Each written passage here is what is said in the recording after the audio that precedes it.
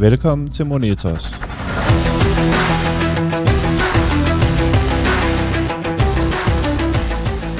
Velkommen indenfor til en helt ny Superliga-sæson på Monetos. Jeg hedder Mads Kindberg Nielsen og er rigtig, rigtig glad for at kunne byde velkommen indenfor her til den første podcast, vi laver til Superligaen 2025-2026-sæsonen. Og hvis du følger med lidt på vores kanaler, hjemmesiden blandt andet, også vores Facebook-gruppe Oddsklubben De Bedste Spil, så vil du også kunne se, at det er på tv. Og det er jo, fordi vi har et skønt partnerskab med bookmakeren Bet25, der igen har stillet et tv-studie til rådighed her til os, så vi kan få skudt 25-26-sæsonen ordentligt i gang. Og det er vi jo rigtig, rigtig glade for. Så kan du også se, hvordan det ser ud, når vi rent faktisk sidder og prøver at kloge os på den bedste danske fodboldrække. Og det er din vært. Han er lige blevet præsenteret af sig selv endda. Så har vi selvfølgelig Bet25 Superliga-partner igen. Og Tony Munk Jensen, ingen ringer. Den ene ekspert her i studiet. Tony, velkommen til dig. Jeg glæder mig til at høre, hvad du har med til os. Jamen, det er dejligt at være her, Mads. Ja, det er ikke det. Og Mikkel, du er her også. Mikkel Vestermann skal jo også præsenteret ekspert i den her sæson. Du har lige byttet plads fra værtsstolen, og så hoppet over i ekspertstolen. Og det har du, fordi Steffen Dam, han er blevet ansat i Sønderjyske, hvor han er blevet rekrutteringsansvarlig, så han kan rigtig sidde og kloge sig på Superligaen. Men så er det godt, vi har dig, fordi du kan kloge dig en hel masse på den, og skal nok skrælle igennem, er jeg sikker på. Jeg kan i hvert fald prøve, og så må vi se, om jeg kan leve op til Dams høje standarder. Det mener jeg jo i al beskedenhed godt, jeg kan. Så må vi jo se, om lytterne er enige. Ja, det må lytterne afgøre. Og seerne selvfølgelig også. Seerne også i det her tilfælde her. Bet25 er heldigvis med os i efteråret også her. Det er vi rigtig, rigtig glade for. Og i den forbindelse skulle jeg måske lige sige, inden vi kommer alt for godt i gang med programmet, at vi jo, Monetos, sammen med Bet25, holder et arrangement på Klampenborg Galopbane den 15. august, hvor du altså også er inviteret og kan joine. Vi fra Monetos skal blandt andet holde lidt oplæg. Vi kan sige, at der er også kold øl på Klampenborg, hvis man er til den slags. Vi har alle detaljerne, de ligger allerede nu inde på vores hjemmeside monetosbetting.dk, og man skal altså være hurtigt ude for at tilmelde sig her, fordi vi var godt besøgt, Tony, i Aarhus, da vi holdt arrangementet sidst, og rigtig hyggeligt også at hilse på lyttere. Vi kunne tale lidt med og få lejlighed til osv., og jeg kan da i hvert fald sige på vores vegne her i studiet, at vi glæder os rigtig meget til den 15. august. Men lad os lige zoome ind på Superligaen nu, fordi det er det skal handle om. Og helt konkret, så i det her program, der har vi taget 6 spilforslag med. Det er langtidsvæddemål. Sæsonen den begynder jo fredag aften med Viborg mod FC København, for vi skulle den nye sæson i gang. Og Tony, lad os sådan lige inden vi kommer til spilforslagene, så lad os få tegnet sådan et helt overordnet billede på den sæson, der venter. Hvad glæder du dig mest til? Jamen, der er jo mange ting. Det er altid spændende at få en ny Superliga-sæson sat i gang. Jeg forventer igen, der bliver spænding i toppen, ligesom i sidste sæson, men også bunden, hvor flere af klubberne virkelig begynder at røre på sig nu og henter mange nye profiler ind. Samtidig så er der mange nye trænere i Superligaen. 3 helt nye, og et par stykker, der har været i omegnen af Superligaen før. Og så får vi altså besøg af det verdens største talent, hvis vi går 3-4 år tilbage. Det er alligevel noget at holde øje med. Ham skal vi tale om senere. Det er et af spilforslagene.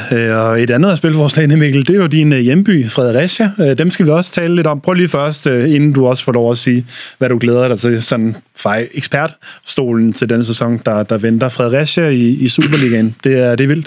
Ja, det er vildt. Det er første gang nogensinde, at de er oppe og snuse til det. Og synes jeg også er på tide. Altså, det var jo sølvbryllup eller Superliga for dem. 25 år har de jo ligget nede i den næstbedste række og har banket på flere gange. Og jeg er spændt på at se, om de kan stå fast og holde ud og kæmpe med. Det bliver om overlevelse, til at godt sige allerede nu, at det bliver ikke nogen op i den sjove ende. Men om de er klar til det, det er jeg meget, meget spændt på at se, fordi det er meget den samme trup, som de havde for inden sommerferien, som de skal spille med i Superligaen igen. Og om den kan stå distancen, det kan jeg godt have min tvivl om, men det kan vi jo tale mere om senere. Og så kan jeg sige, ligesom Tony selvfølgelig, jamen, jeg glæder mig rigtig meget til også selvfølgelig kapløbet i toppen. Så vi har en forventning om, at det bliver FC København og FC Midtjylland, der skal dyste om det.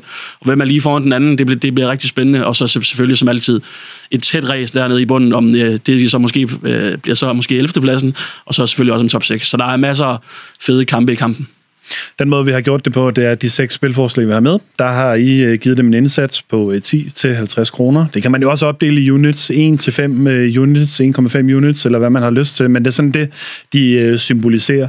Og så har I ellers kigget kataloget godt igennem inde hos Bet25. Der er allerede nu en del væddemål, man kan komme ud på derinde, og det er jo det, I har siddet og forberedt jer på til det her program.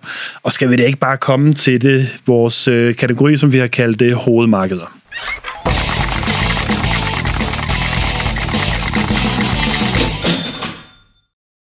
Og lad os da bare komme til det, Mikkel. Du fik lavet en lille bro, gjort verden arbejdsløs med eller mindre, men sådan går det jo en gang imellem.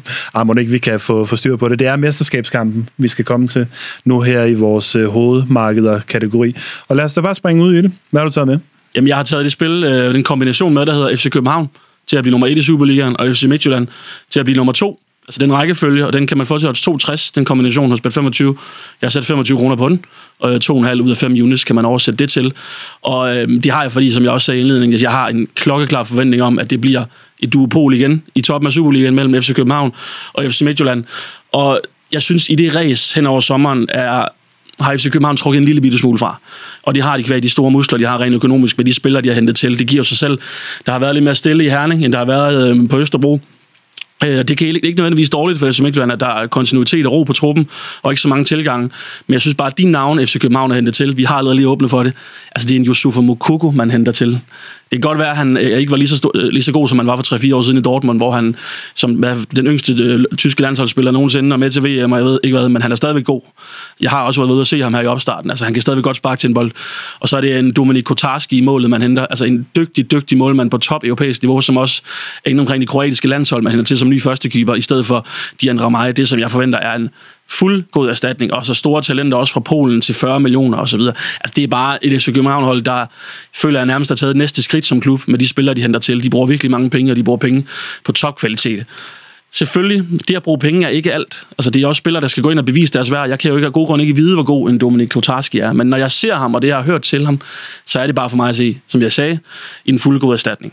Så når jeg kigger på det niveau, FC København nåede i foråret til sidst, hvor de virkelig toppræsterede under Jakob Næstrup, kan de holde nogenlunde det niveau i sæsonen sådan i gennemsnit. Altså jeg forventer ikke, de spiller på det niveau hele sæsonen igennem, men man skal også huske på, at de starter sæsonen sidste år med et ret stort efterslæb.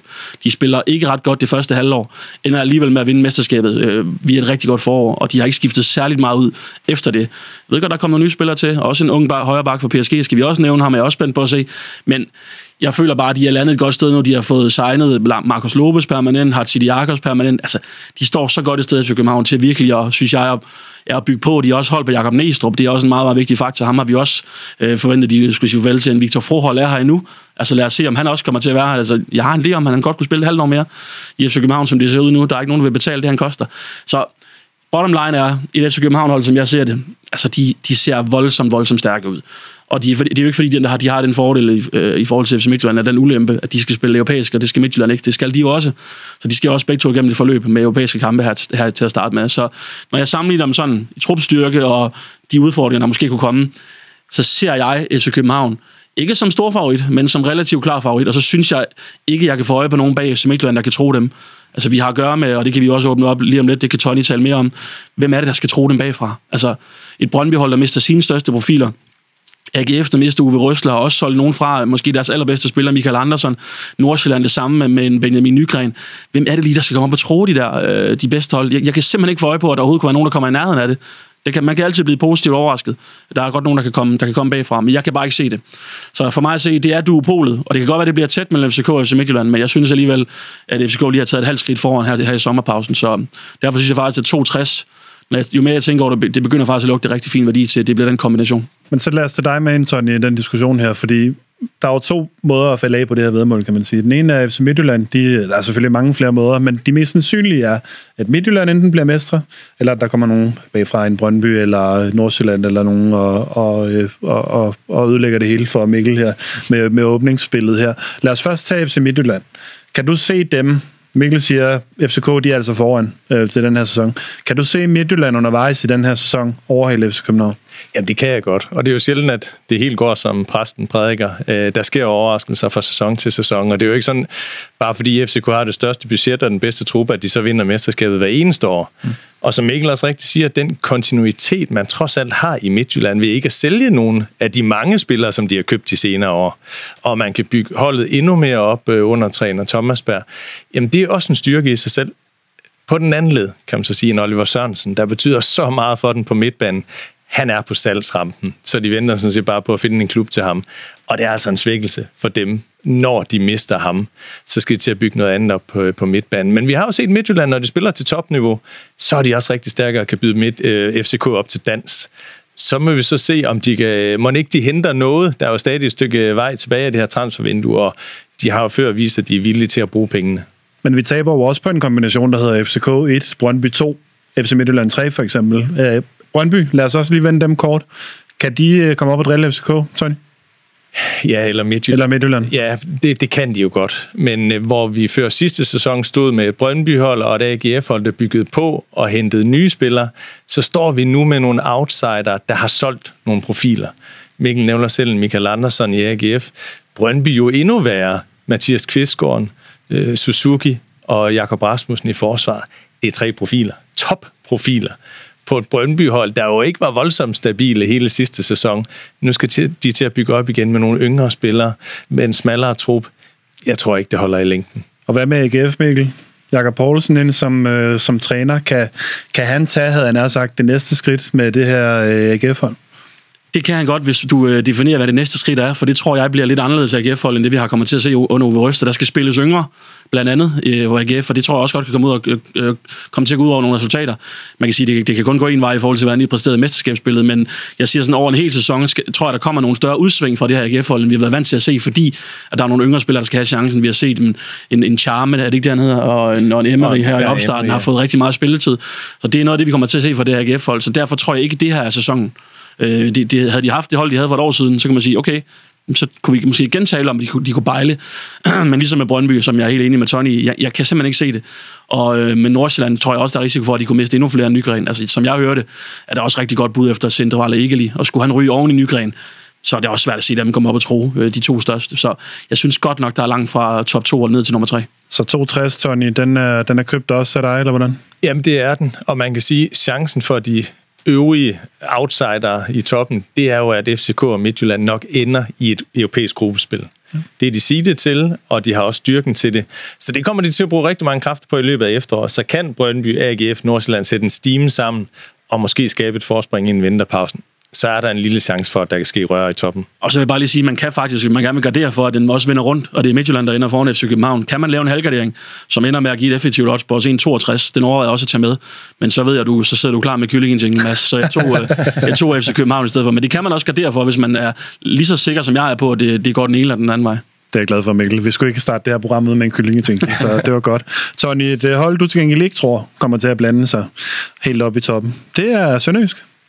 Ja, nu kan det godt være, at jeg får et opkald fra Steffen Dam straks vi er færdige med den her optagelse, men jeg har egentlig tiltro til projektet Sønderjyske. De har en dygtig træner, der er også noget kontinuitet i forhold til at holde fast i deres trup. De spillede et rigtig godt nedrykningsspil i foråret. Men til oddset, og det er jo altid det, vi skal vægte op mod sandsynligheden, så synes jeg også 3-10 på, at de rykker ned. Det er rigtig fin værdi, så den sætter jeg også 2,5 unit på ud af de 5. Og det er jo det her med, hvem kan rykke ned. Som Mikkel han vender tilbage til senere, så bliver Fredericia nok den ene nedrykker. De har et spillerbudget, der er langt efter de andre, og de har ikke kvaliteten til det på den lange bane til at holde 2 hold under sig. Så er spørgsmålet, hvem det andet nedrykkerhold det bliver. Og der er flere ombud. Der er jo selvfølgelig Sønderjyske, men der er også Vejle. Der er OB som en anden oprykker. Jeg tror ikke, når vi kommer ud i Viborg, Randers, Silkeborg, at det er der, den anden nedrykker skal findes. Så Sønderjyske til os 3-10, synes jeg er spændende at kigge på. Det er der svære anden sæson. Første sæson, der har man noget oprykningsgejst. Det giver altså noget mere, end man lige tror. Nu har modstanderne indstillet sig på, hvordan Thomas Nørgaard han spiller med sit hold. Og de spiller rigtig godt. De har et indarbejdet koncept. Ingen tvivl om det. Men de kan overraske mindre nu, fordi man kender den. Og så er det også det her med spillerne. Den der oprykningsgejst, der så ikke er der så meget mere. Hvad skal man så leve på? Så er der selvfølgelig, og det at klare sig i Superligaen, det kan være rigtig stærkt for dem. Men de har også det næstlaveste spillerbudget, efter Vejle nu har overhalet dem. Så det vil jo ikke være en kæmpe overraskelse, hvis de så ender med at rykke ned. Der er ikke alverdens topspillere på det her sønderjyske hold. Det er en velkørende maskine og et godt kollektiv. Men det her med at have de der ener, der stikker ud og bære det for en. Der er en Camille i angrebet. Han er skadet for tiden. Han har ikke været med i hele opstarten. Hvor lang tid er han så ude herinde i efteråret? Det betyder også noget. Så alt i alt, så ser jeg Sønderjyske som en af de større nedrykningsspejler, og jeg synes ikke, bookmakerne har taget nok hensyn til det her med, at Vejle har hentet så mange gode spillere ind. på papiret, skal det så siges, fordi Vejle skal også til at bygge et nyt hold op uden topscorer Unuka. Men når de begynder at hente danske spillere ind, der har vist sig i Superligaen, som Mikkel Duelund, en Andrew Julesager og en Christian Sørensen, der tidligere har været i Midtjylland og FCK, så synes jeg på papiret, at de ser stærkere uden Sønderjyske. Så kan de få det til at fungere under den nye, gamle træner Prelitz, der nu er tilbage, så kan Sønderjyske trække Sortebær i sidste ende. Så vi kan ikke bruge det til så meget af det nedrykningsspil, de leverede i sidste sæson. Der sluttede de trods alt 10 point over nedrykningsstregen og taber kun 2 ud af 10 kampe, hvis min research ellers holder nogenlunde. Det er jo meget godt, når man står i den situation. Det er det, men det hele bliver bare lidt nulstillet nu. Det er klart, det giver noget selvtillid at tro på tingene, at de lavede det der nedrykningsspil. Men nu står de jo alle på 0 point igen, og det starter lidt forfra, og der er optimisme i både Vejle og OB. Så det bliver tæt i bunden. Så må vi se, hvem der får Sortebær til sidst. Jamen lad os lige gemme Fredericia lidt, og så tale om den her 11. plads, Mikkel, hvor vi går ud fra, at Fredericia får det svært nede på 12. pladsen. Tony, han nævner Sønderjyske, og så nævner han Vejle. Kan du se et tredje hold måske komme ned og blive fedtet godt og grundigt ind i den her kamp om 11. 12. pladsen også. Vi skal jo ikke dømme Fredericia ud, trods alt. Første sæsonen overhovedet er begyndt. De har også en chance. Men ikke desto mindre. Er der andre end de hold, som Tony nævner her, Sønderjyske, Vejle, Fredericia, der kunne blande sig? Ja, men nu kan det godt være, at du skal sætte en duel-jingle på, fordi det kan vi selv se lige om lidt, hvorfor du skal det. Men jeg kan jo godt se, at et OB-hold også kommer til at blande sig. Ja. Og jeg er lige så begejstret på de fleste parametre over, at Alexander Zorniger er kommet til OB, og den effekt, det kan have på Ådal, at han har gjort det også med de spillere, de har hentet. Men alligevel, det er også nogle store skridt, de skal tage som klub. Og de har også mistet også nogle vigtige spillere. De har lige mistet Luka Kjærmgaard, den bedste spiller i første division, og topscorer dernede. Og der er alligevel noget navn, der skal løftes efter ham. Så vi må se, hvordan det kommer til at gå, og så kan jeg også godt se, altså hvis nu var Silkeborgs hold Anders Klynge, og forventer vi også mister Pelle Madsen. Det kunne godt blive en sæson, hvor de måske ikke har fået det. Altså får det en lige så god sæson, som vi har set den her de seneste år. Jeg kan godt se nogle hold blande sig, men jeg er enig i, at Fredericia ligner en favorit, og så ligner det, at Vejle og Sønderjyske skal kæmpe om den anden plads. Og på papiret har Vejle en stærkere trup end Sønderjyske, men det sad vi også talt om for et år siden, at Sønderjyske også havde måske den allerdårligste trup af alle i Superligaen, men man kommer langt igen med kontinuitet, med at have trænerne, der kender konceptet, og spillerne kender det. Og jeg synes også, de har fået hentet et par fine spillere ind. Altså, det var meget vigtigt for dem at få hentet en lederskikkelse ind, efter Dahl Hente smuttet, og det har de fået hentet i Magnus Jensen i Lyngby, som jeg synes passer perfekt ind. Så jeg kan sagtens se, hvorfor Tony synes 3-10 er værd at spille, men jeg har personligt en fidus til, at de ender foran Vejle, men det bliver meget, meget til, tror jeg. Så vi må se, hvordan Vejle får sat det her sammen under Ivan Prelitz igen, om de kan få de der rutinerede, beviste spillere helt op i omdrejninger, efter de også har døjet med mange skader, for det skal man jo også med Vejle spillere. Det er jo ikke meget fodbold, de har spillet de seneste år. De spillere, de har hentet hverken Christian Sørensen, Fagir, Julesager eller Duelund. Så jeg skal også lige se det, før jeg ligesom skal se perspektivet i Vejle. Ja, man kan så sige, at den fordel, som Vejle og OB har i forhold til Sønderjyske, det er det her med, de er mere attraktive i forhold til nye spillere. Og når nu vi har et transfervindue, der overhovedet ikke er lukket endnu, jamen så kan der komme endnu flere spillere til. Og jeg tror ikke, Julesager, Christian Sørensen og Duelund kunne se det samme potentiale i Sønderjyske, og det er nok også derfor, det ikke er skiftet dertil. Så det kan også gøre forskellen på den lange bane, men ellers er jeg jo enig med Mikkel i, at der er mere stabilitet lige pt. Omkring Sønderjyske end Vejle. Men i forhold til oddsene 2,0 på Vejle, 3,10 på Sønderjyske, så synes jeg, der er værdi i Sønderjyske.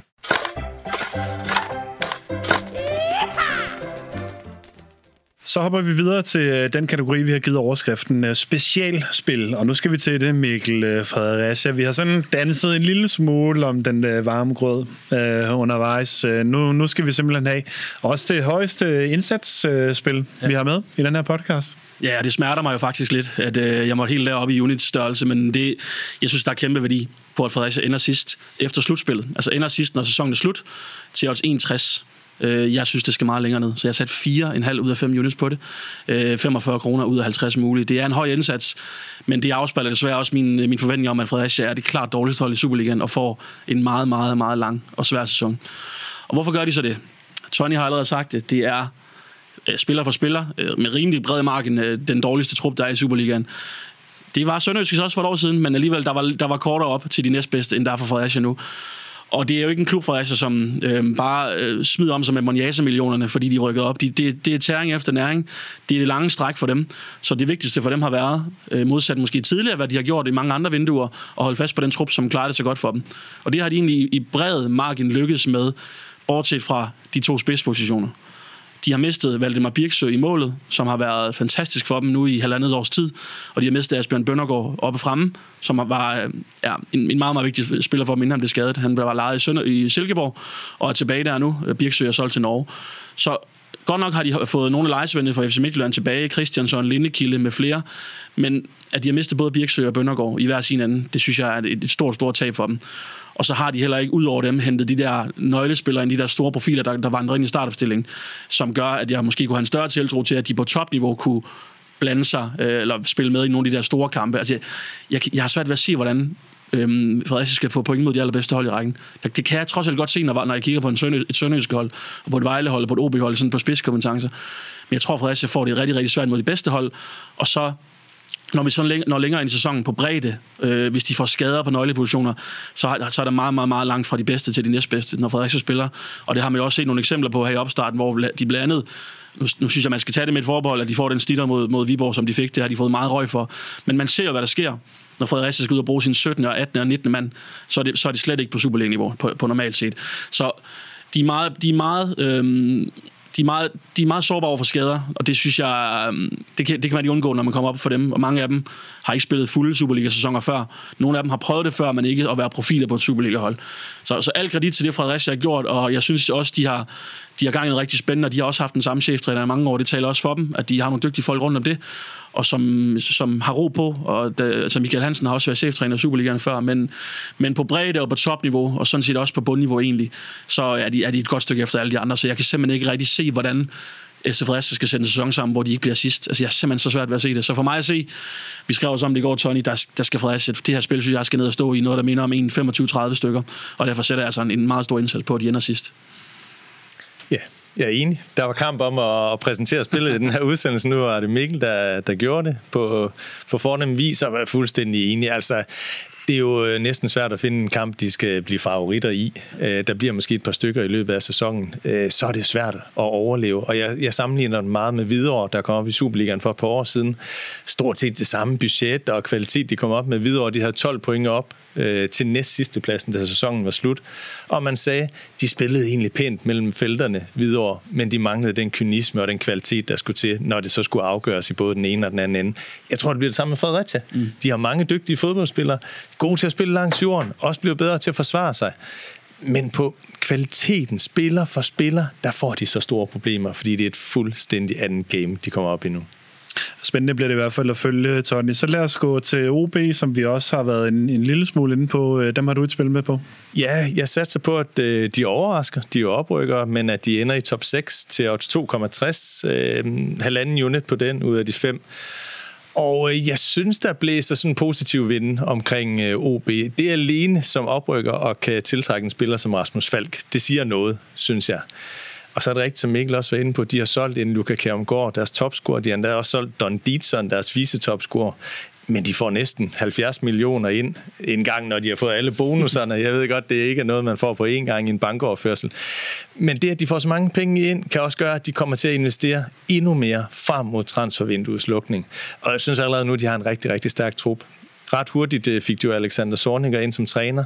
De har hentet spillere, der passer til systemet under ham. Blandt andet 2 spændende tyskere i offensiven. Ja, der er faktisk sagt, at han vil have 5 spillere mere end Zorniger, inden vinduet lukker. Så der kommer nyt ind i OB også. Det skal man også med. Og ved du hvad? Et af hovedargumenterne for mit spil, det er, at det er Troels Bæk, der står i spidsen for det, og Zorniger under sig. Og så en Rasmus Falk, som leder på banen.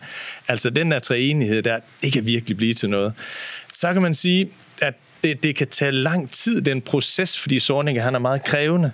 Det er et specielt spilsystem. De har jo trænet 2-3 gange om dagen, siden de startede for en måneds tid siden. Jeg ved for mange artikler, at de er rigtig trætte, de her OB-spillere. Man så også de første træningskampe. De vidste jo ikke, hvor de skulle løbe hen. De tabte både til Esbjerg og til Sønderjyske. Men allerede nu ser det noget bedre ud. Den sidste testkamp vinder de 2-0 i Randers. Helt fortjent. Det er altså mod et hold, der blev de 4 i sidste sæson. I et Randers-hold, der stort set ikke skabt en chance i den kamp. Så allerede nu ser det ud til at lægge nogle byggeklodser oven på hinanden, der ser rigtig, rigtig spændende ud.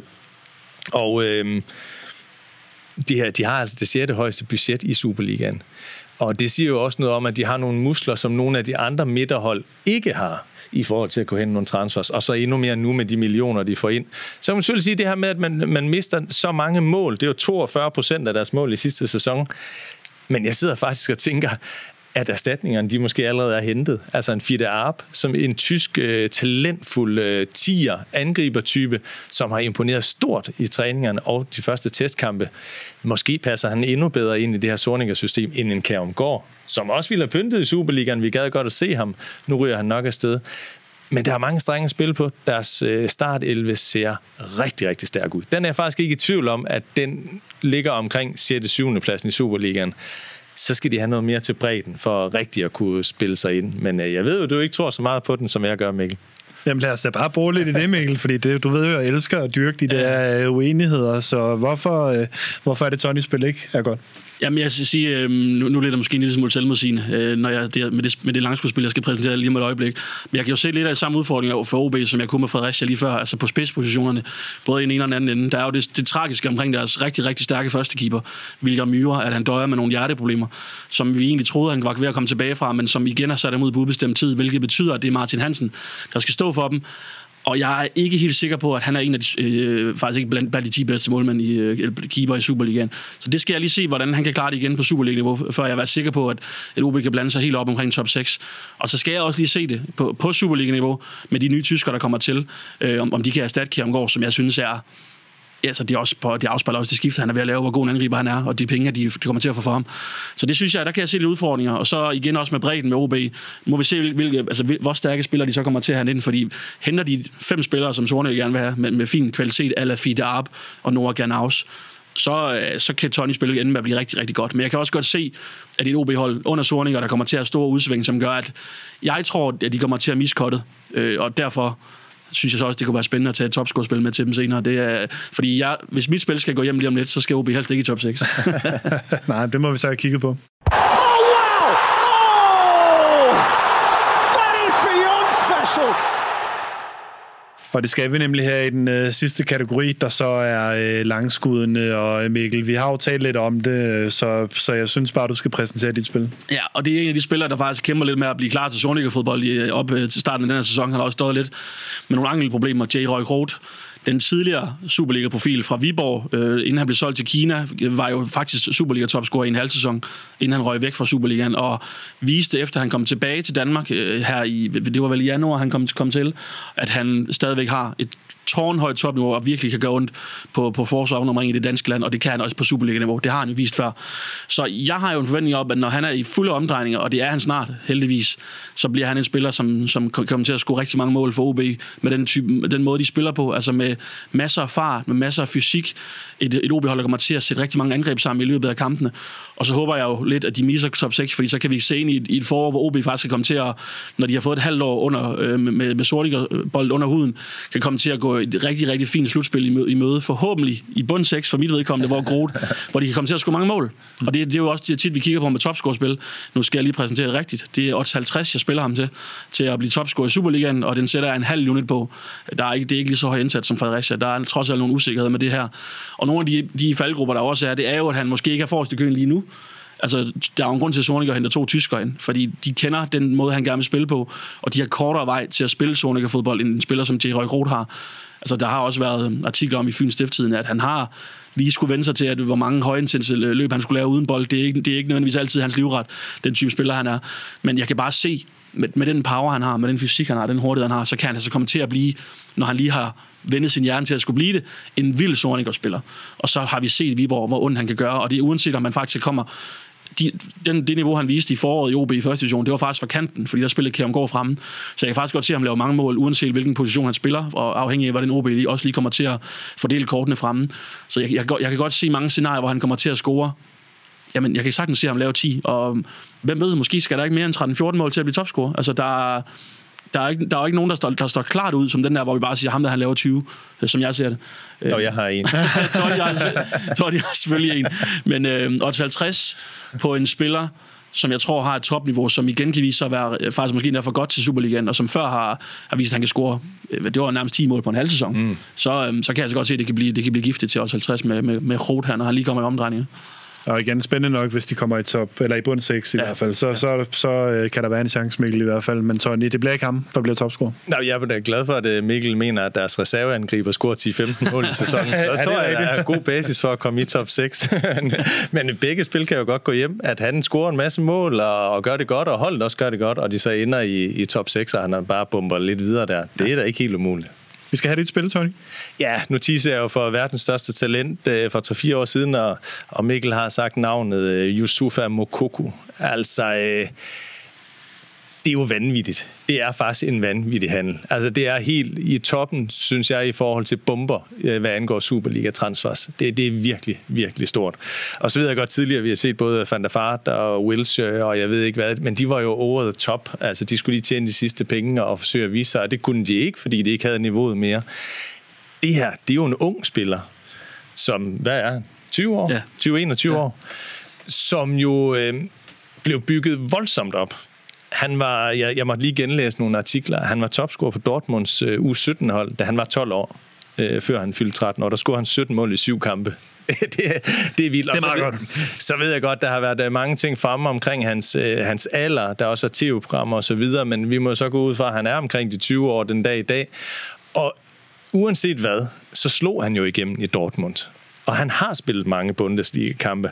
Han har scoret 17 mål i Bundesligaen. Det er de færreste spillere, der har gjort det, der ender i Superligaen senere. I hvert fald, når man er i starten af 20'erne. Han har scoret mål hver gang, han har spillet 139 minutter i Bundesligaen. Han har vist både i toppen af Bundesligaen på Champions League-niveau, at han kan score mål og være med, hvor det tæller mod rigtig dygtige forsvarsspillere. Blev udtaget til VM for Tyskland også. Det bliver man ikke, hvis man ikke er et voldsomt stort talent. Og han har jo en pakke, der er alt for god til Superligaen, men der er selvfølgelig også en grund til, at han er havnet her. Men jeg kan lige præsentere mit spil. Det er jo så odds 20 på, at han bliver Superliga-topscorer, 1 unit på den.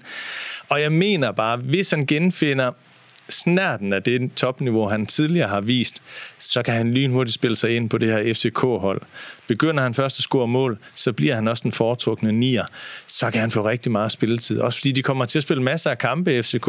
Både Superliga, pokalturneringer og nok også en europæisk kampagne med mange kampe. Og Cornelius, han er jo sådan set den eneste, der rigtig kan tro ham omkring spilletid på 9'er-positionen, som i hvert fald et angriberalternativ, og vi kender hans skadeshistorik. Så hvis Moukoko kommer i gang, så kommer de til at anvende ham rigtig, rigtig meget. Det, der selvfølgelig taler imod, det er, at han jo er gået rigtig meget ned. Og det talent, vi så for få år tilbage, jamen det er jo blegnet en hel del. Han røg til Nice på en kontrakt. De havde en stor frikøbsklausul på over 100 millioner på ham. Den overvejede de jo ikke engang at bruge. For han har spillet, hvad skriver jeg her, 22 minutter siden oktober måned sidste år. Og sidst han spillede overhovedet et minut i en turneringskamp, det var den 2. februar. Så spørgsmålet er selvfølgelig, hvor står han henne? Hvor langt er det tilbage? Finder han nogensinde i nærheden af det niveau, vi har set ham på? Og er det overhovedet nødvendigt at komme op på det, eller kan han også klare sig på 80-90%? Det bliver rigtig, rigtig, rigtig spændende at se. Jeg tror måske FCK, i forhold til, at de også er blevet lidt en talentfabrik, de er gode til at kære sig om de unge spillere, bygge dem op, give dem den spilletid, der er nødvendigt, finde de rigtige kombinationer og relationer i holdet i forhold til at køre dem ind, så tror jeg, det er et meget godt match. Men nu må vi se, selvfølgelig er det lidt en lotto-kupon til odds 20, men kommer han godt i gang, så har vi måske den foretrukne nier for mesterskabsfavoritten til odds 20. Ja, det er jo det, der er med lotto-kuponer, kan man sige. Der er jo, du nævner jo de usikkerheder, der er jo, men hvis vi nu vidste, at han får en god sæson, og at han bliver foretrukket over Cornelius, altså Mikkel, sådan et spil som det her på Moukoko, kæmpe talent, ligaens store favorit til at vinde, så skulle den jo ikke stå i odds 20. Nej, det skulle den ikke, og jeg kan egentlig også godt se de to spil på samme tid. Altså, vi har jo set den rolle, en Jordan Larsen har haft for FC København, kan jeg jo egentlig også godt se Moukoko spille i, komme ind fra siden, altså i det system, som Jakob Mengstrup har. Han kan godt lide at have en, der spiller udadvendt, og en, der spiller indadvendt. Så jeg kan godt se Moukoko med sit venstreben også komme ind fra siden. Altså, de spiller begge to. Og så tror jeg egentlig, at når vi taler europæisk kampagne også, og taler om, at det er jo vigtigt for FC København at komme i et stort europæisk gruppespil, at man kan godt se en fordeling her i starten, hvor Cornelius spiller de europæiske kampe, og Moukoko spiller dem for Superligaen, men om han så er klar til at spille 70-80 minutter allerede nu. Det har jeg så også min tvivl om. Altså, jeg var ude at se dem mod Fredericia i en træningskamp for en uges tid siden, og der spillede han kun en halv time, så blev han skiftet ud. Så han skal selvfølgelig bygges op, som Tony siger, men altså, det behøver ikke gå til ret lang tid, fordi han har stadigvæk de færdigheder, han har. Dem der er ikke nogen, der kan tage fra ham, uanset hvor dårlig en periode han har haft, eller hvor gammel han er. Altså, der er så meget kvalitet i ham, at hvis han rammer tilnærmelsesvis i Dortmund-niveau, så skal han i hvert fald aldrig stå i 20. Så nåede vi til vejs ende i et nyt Superliga-program her. Det første af mange, der kommer i løbet af efteråret. Vi sætter os allerede til mikrofonerne igen, den her gang derhjemme, ikke i Bet25's studie. Torsdag, hvor vi kigger frem, som vi altid har gjort, på den runde, der venter. Første spilrunde i Superligaen her. Stor tak til Bet25 for at være partner her på programmet, og for at lægge de flotte rammer til grund, for at vi kunne lave den her tv-optagelse her. Og som jeg lige nævnte i indledningen, husk vores arrangement på Klampenborg Galopbanen, tror jeg vist nok, den hedder deroppe. 15. august er det altså. Gå ind på monitorspetting.dk og læs meget mere om programmet og hvad der ligesom skal ske den dag. Vi håber meget at se dig, og skriv os en mail. Det hele, det står inde på hjemmesiden. Før vi lige runder hele dag her, så skal vi lige huske det ansvarlige spil. Bare fordi vi har et spil med på 4,5 ud af 5 units med Fredericia til at rykke ned, så er det jo ikke ens betydende med, at det så også går hjem. Vi kan jo ikke garantere gevinst eller noget som helst. Derfor så minder vi altid om, at du spiller ansvarligt, og at du husker de sider, vi har i Danmark, hvor vi kan få hjælp. Stopspillet.dk og så rofus.nu, hvor du kan udelukke dig selv fra at spille. Tak for nu. Vi høres ved.